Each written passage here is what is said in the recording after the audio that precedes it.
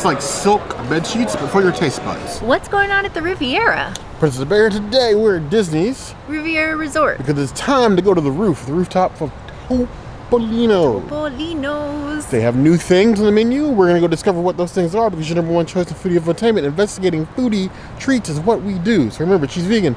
I'm not going to try to jump off the roof this time. It's time to foodie and chill.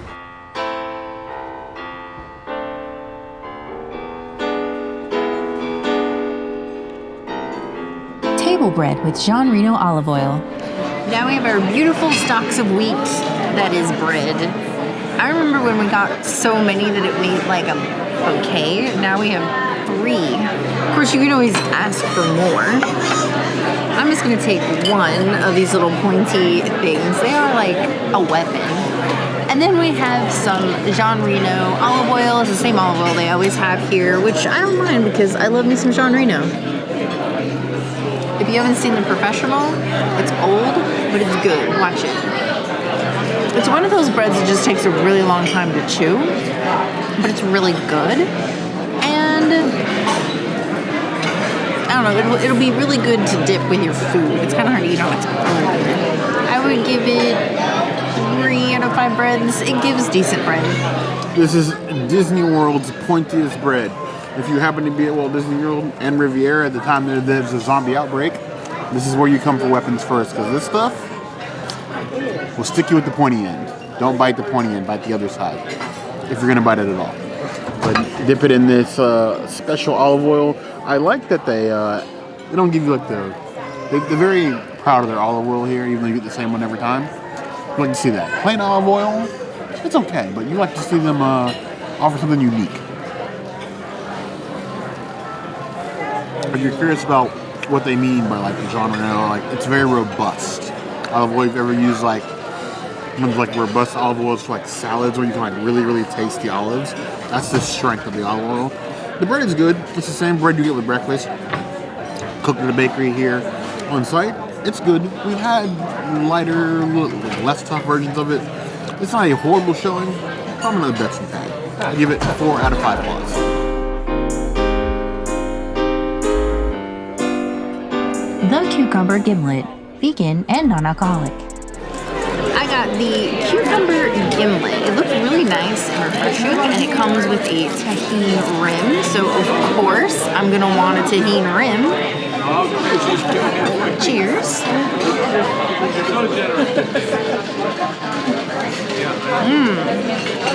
That is just really refreshing and light. It just tastes like I'm ready to go outside and enjoy the heat. So I like this. I think this is a really nice, refreshing drink. I would give it a 3 out of 5 beverages. I'd like to see the evolution of the zero-proof cocktails. If you're not going to give me a bar in Magic Kingdom, yeah, I at least want better zero-proof cocktails. I can't have my alcohol. At least make it a refreshing and interesting beverage. I'm kind of tired of slushies. I do love my slushies, but I'm kind of tired of them. This. Why should people who drink alcohol be the only ones privy to getting tahini?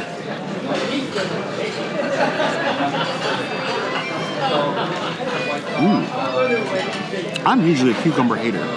Like I'll eat cucumbers, like when I got something to dip it in, but like cucumber-based beverages are not usually my first choice. But this, with the carbonation and sort of like the bite, it works. The tahini is a nice touch. It makes the cucumber not so cucumbery, if that makes any sense.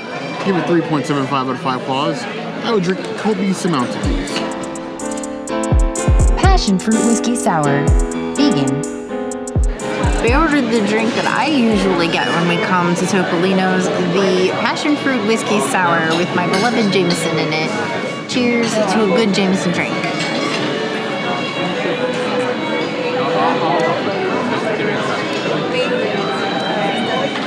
This one has a lot of passion fruit in it. Not enough for you to actually taste the whiskey, so the balance is off, and that makes me a little sad. It needs more whiskey. I would give it 3 out of 5. It's like, I don't know, if you like weak drinks, you'll like it. There's times I've wished for like a second camera so you can see some of the faces that we make when on the other side of the camera when we're recording these videos, because like I ordered this drink to mix it up. I know if a lot of you have been here before. If you're not new here, we've been here before quite a few times. For those who've been here for a while, you know I almost always get the modern old-fashioned when we come here, the modern fashion. But I was like, let me not let them see what I'm doing next, and let's just get a passion fruit whiskey sour. But the princess's face made me make a face, and now I'm no longer excited for this beverage. But we commit our mistakes, so I'm still drinking it. At least the glass is pretty.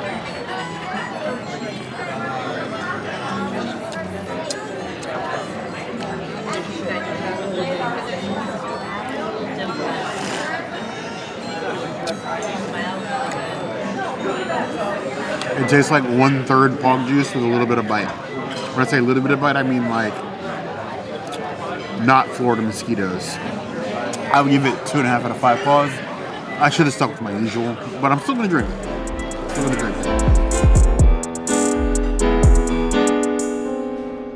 Ratatouille fritter, vegan. This is one of my absolute favorite appetizers at Disney World. I love these eggplant fritters. They replaced my beloved, what were they? Eggplant. They were barbecue eggplant. I want to say they were not a fritter, but something like that at Narcoossee's before they changed their menu, remodeled their restaurant.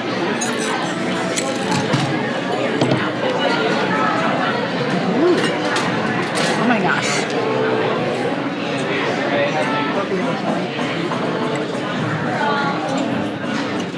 I commit to this mistake. That's a little bit spicier than I remember, and I absolutely love it. It's definitely like a 6 out of 10 on the heat, maybe like a 4 out of 10 on the heat scale. It's crunchy, it's satisfying, it's really good. I'm really sad that I forgot the book because I want to thank them for how good this dish is. This dish is amazing. I think there's more here than I had last time, which is not normal for Disney to give you more of something. So I'm appreciative of that. I would give it a 4.5 out of 5 fritters. It is a beautiful dish that I hope stays for a little while. The fritters, they frit. Now, given for like deluxe, almost signature level dining, or just signature level dining. Signature. This portion size is rather surprising. This is almost like normal. It's almost an entree size for the number of little fritters that you get, plus the fixings and the sauce. If you told me this was an entree, I'd probably believe you. I like the spice there. It's spice that knows its place. And spice must always know its place. It's probably like a 3.5 out of 10 on the heat scale, but it's spice that follows the flavor.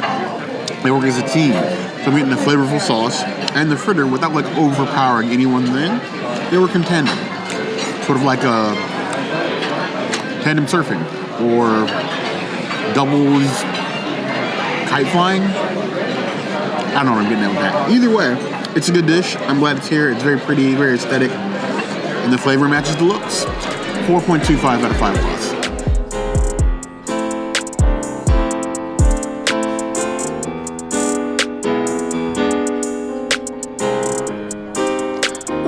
Tomato bisque, Pescetarian.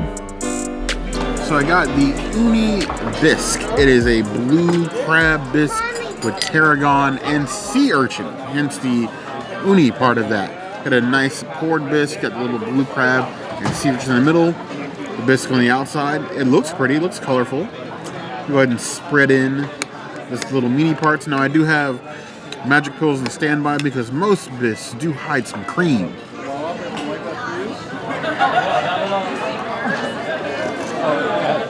Uni's lobster bisque. And you have uni bisque. You have blue crab and sea urchin. You have like a nice ocean flavor without like going overboard. Like it's of the sea, but not like tidal wave of the sea. It's like sticking your toes in the sand at the beach, but on your tongue. I would give that a 4.5 out of 5 plus. Definitely going to clean. I'm not going to lick the plate. We're fine dining, but I'd be tempted to. All the beautiful, all the flavors, making Mr. Kumite. We will return eventually. Pêche, Repose, vegan. This is the Pêche Repose. It's basically a fancy lemonade. And it has a Mickey. It's so fine. It's like a carbonated fancy lemonade.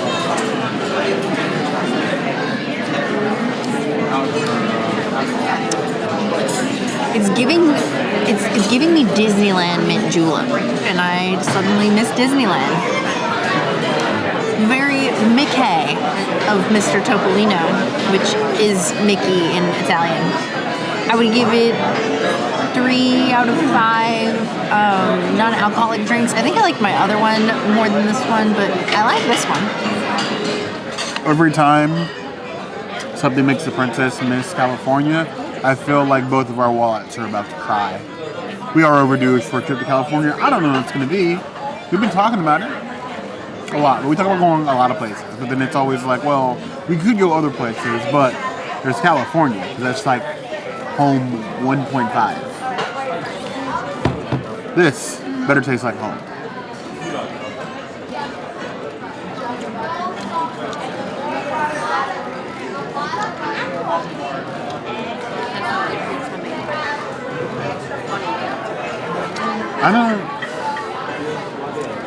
I don't think there's anything wrong with the drink. It's one of those cases where I think it's me. It's not you.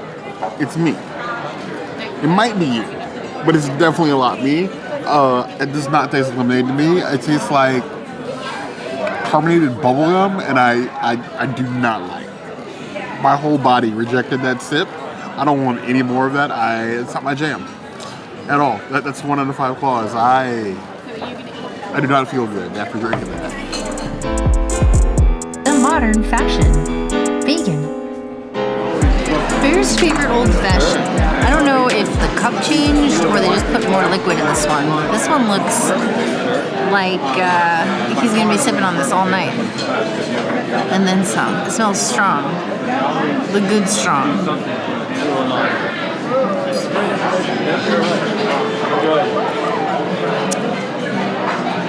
This is just like the bar for Disney old fashions. It's so smooth and delicious and rich and flavorful. Plus the stamp, like Bear says. Bear likes the stamp. I like the drink. I will give it a 4.5 out of 5 old fashions. I kind of like the old fashions they do at Crockett's. As equally. I don't know what the best one is, though. Bear and I are going to have to talk about that and get back with you. Comment and tell us what your favorite old-fashioned is and where it's located. I feel like my memory lies to me sometimes because I know that it's been a while since we've been here, and I've definitely encountered a couple of old-fashions that I feel I've said on record since we record these things that are better than the old-fashioned here. But unlike other places, when this modern fashion landed on the table, I actually woohooed. The princess heard me. It was small, but I woohooed. I was excited. Usually because, well, it's definitely good. And then, like, I am a sucker for, like, little stamped ice. They're definitely not the only restaurant on property or even bar on property that does stamped cubes. But this presentation of this modern fashion is king level. King level. If I was going to rate old fashions, in no particular order, it's going to be here, Territory Lounge at Wilderness Lodge, and the Maple Fashion from Le Cellier are like, they're duking it out in a cage. It's going to be a match. Cheers.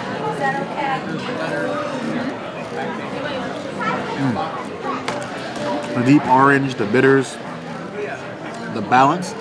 It's a nice modern fashion. Modern in that it's very drinkable, and it doesn't have like the harsh bite you get from like some cheaper, not so great fashions. This is probably the place that started me on the fashion kick, so I cannot disregard its contribution to my enjoyment of old fashions as we started this channel. So I can never throw too much shade because it's still, if you were to order this, you have made a good choice. And I don't often make good choices. So I'd give this 4.75 out of 5 claws. If you put them all in front of me right now, I would drink them all.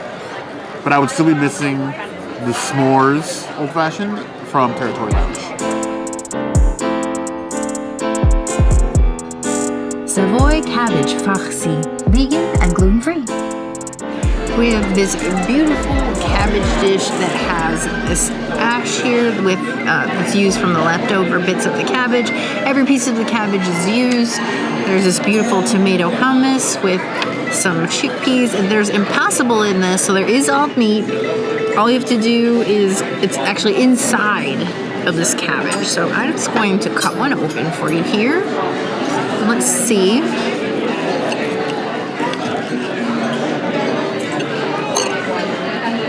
Look at that. That is a very interesting, it almost looks like a little bao, like a cabbage bao.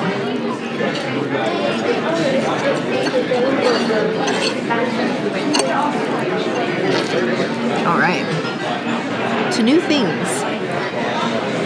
I'm really impressed with the way that the Impossible is seasoned. It's giving me like this really interesting sausagey flavor that I absolutely love.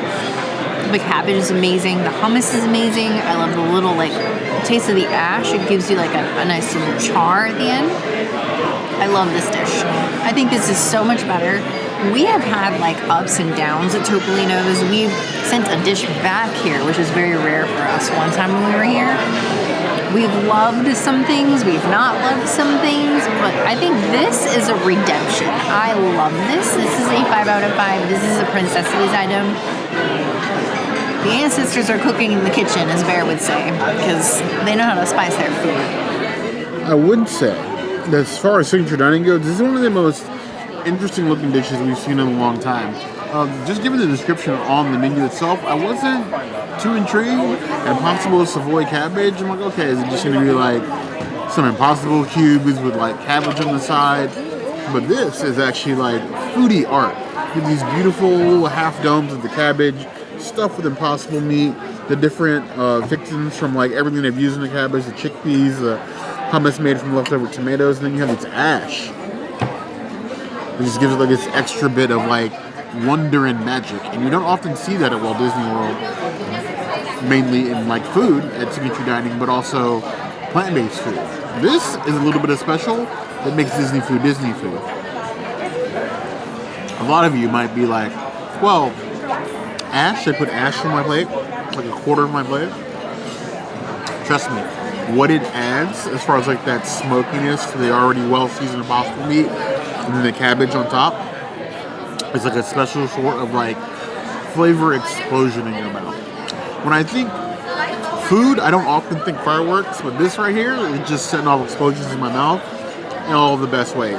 It's savory, it's rich, and it's different and fun. And I like fun food. This is definitely worthy of a 5 out of 5 clause. Savor every bite. And if I see you licking the plate when you tag us in the photo, I'm not gonna be mad at you. I won't judge you because the princess eat this, I might like this plate. Braised beef cheeks.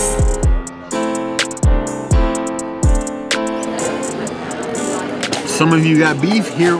I'm over here eating beef cheeks. It's brand new on their, just off their summer menu into fall. Braised beef cheeks over a polenta with some green onions and some other fixings in here. What are beef cheeks? I'm assuming it's cheek of cow. I've never had beef cheeks. I have no idea what it's supposed to taste like and or look like, but it is new. And you know how we feel about new things. I'm gonna try it, at least once. How bad could it be? They gave me a knife and fork. I'm assuming I'm gonna need one or the other or both. Dive right in here, get some of that creamy polenta on here, and a bit of that beef cheek. It just looks like a bunch of sliced beef piled on top of each other. It's kind of fatty, but let's see how it tastes. Texture and flavor-wise, it's very interesting. Challenging even to the palate. It's very soft, like melt in your mouth, but not in like a pork belly sort of way, or like it's reminding me of like the bacon and eggs that you would get from at breakfast or brunch at Steakhouse 71, but a slightly like lighter consistency, and the polenta instead of the grits you normally get that on, and like a bigger portion. It's not that same sort of like semi-sweet, savory sort of meal going on. It's a good flavor. The nuts or the popcorn granola on top, which does slightly offend me. If you're new here, and a lot of you are, I hate popcorn. I hate it. I despise it in every way, shape, or form. Barely even know it's here. Why it's here, I have absolutely no idea. I don't know what it's supposed to add. The texture sort of disappears because the meat is so soft and like gelatin-like. I can't really say that it adds too much to it, but I'll allow it. I won't go on a rant about all the different ways I hate popcorn and or why. The dish is interesting. I would give it a 4 out of 5 claws. It feels worthy of Topolino's. So if you're looking for something different, I think it's worth trying. The flavors definitely will not disappoint. Now, the waiter just dropped off an interesting tidbit that this braised beef cheek is actually sourced from a farm in Boise, Idaho, a place of which the princess used to be a resident. We spent some time there. Interesting place. Very nice people. Kind of cold, but very nice people.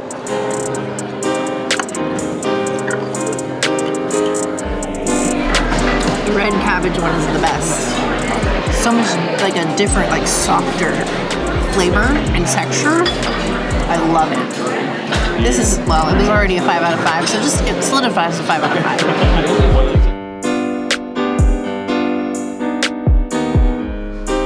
Goji Goldie Chardonnay, vegan.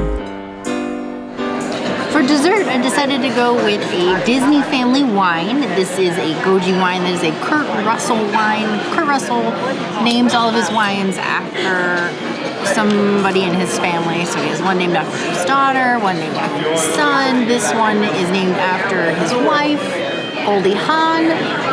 Cheers to Disney family wine.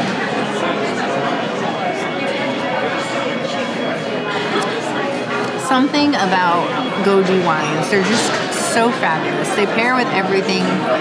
It's very bright, like not front of the mouth, it's kind of like middle of the mouth. There's like some crispiness to it. It's not too floral, it's just really smooth, and I like that. I would give it a 4.5 out of 5 wines. It makes me feel so fun. If there's one wine the princess is always trying to get into order, it's definitely going to be anything goji.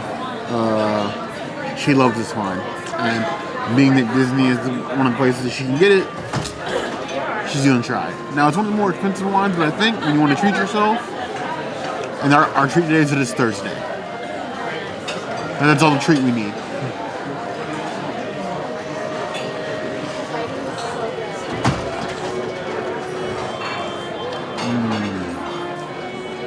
It's nice, ripe grape, but not like overly ripe.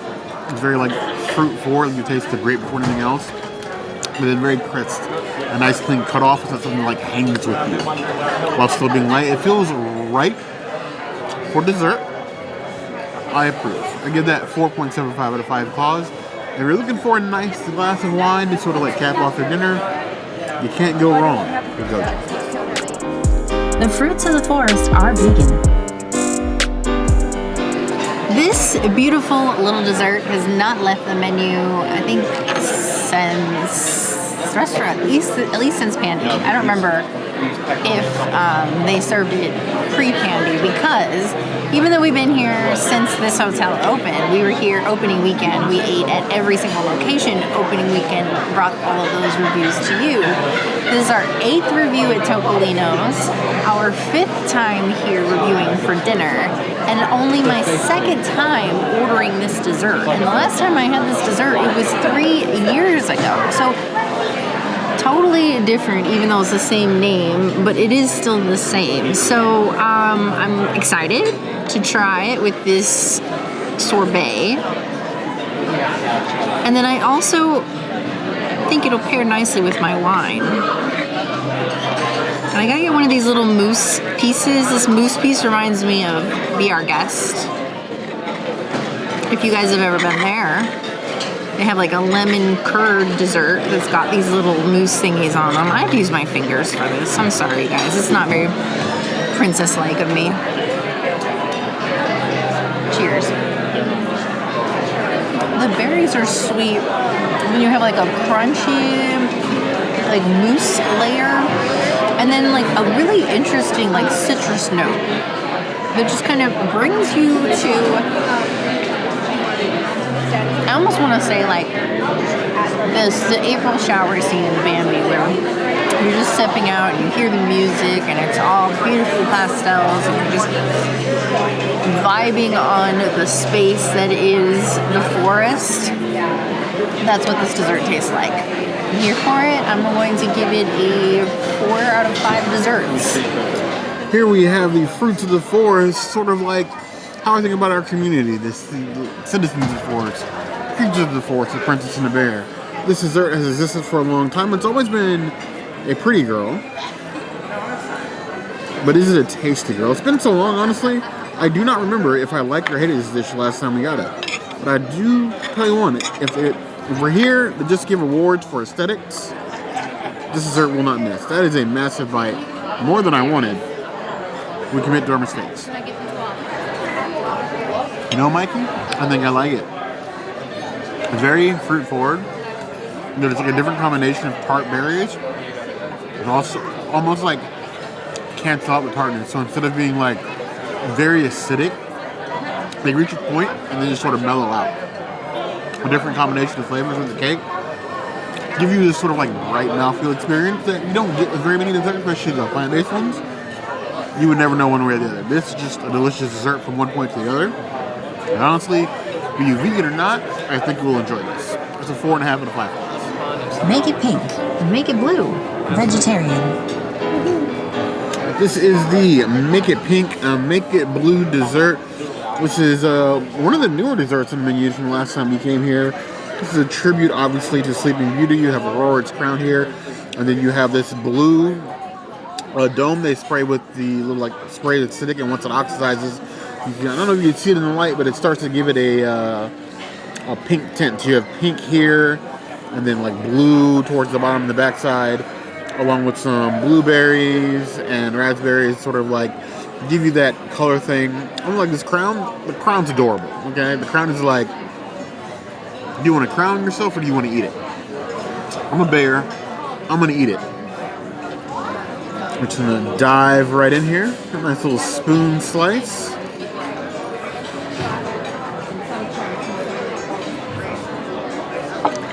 Nice blue on the outside, pink on the inside. Delicious flavors with strawberry. It's like mouth silk. Like the equivalent of silk bed sheets, but in your esophagus. Tasty, decadent. This feels like it was hand drawn for my taste buds.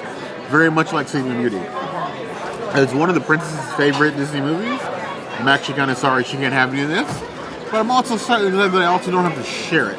I'm not a dessert person. If I can have the choice between ordering dessert or not, I'm usually going to choose not to.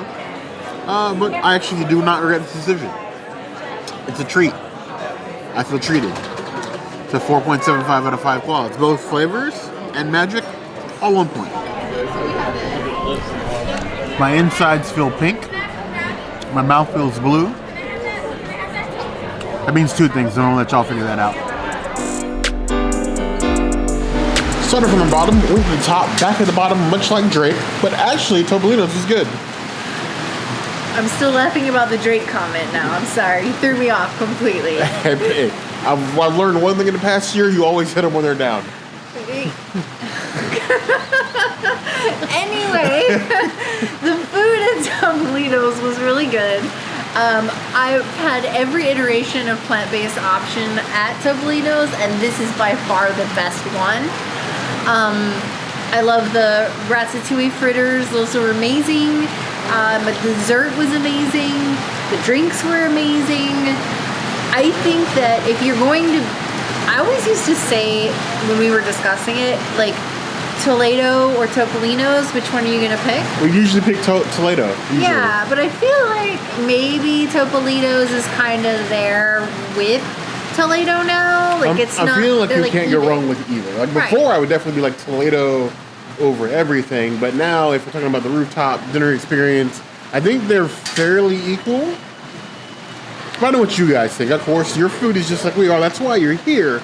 Let us know your experiences in Topolino's in the comments below. If there's anything else you'd like to see us do, that will always be the place to find us. Hit the notification bell if you want to see other videos like this, and we have new videos 5 days a week.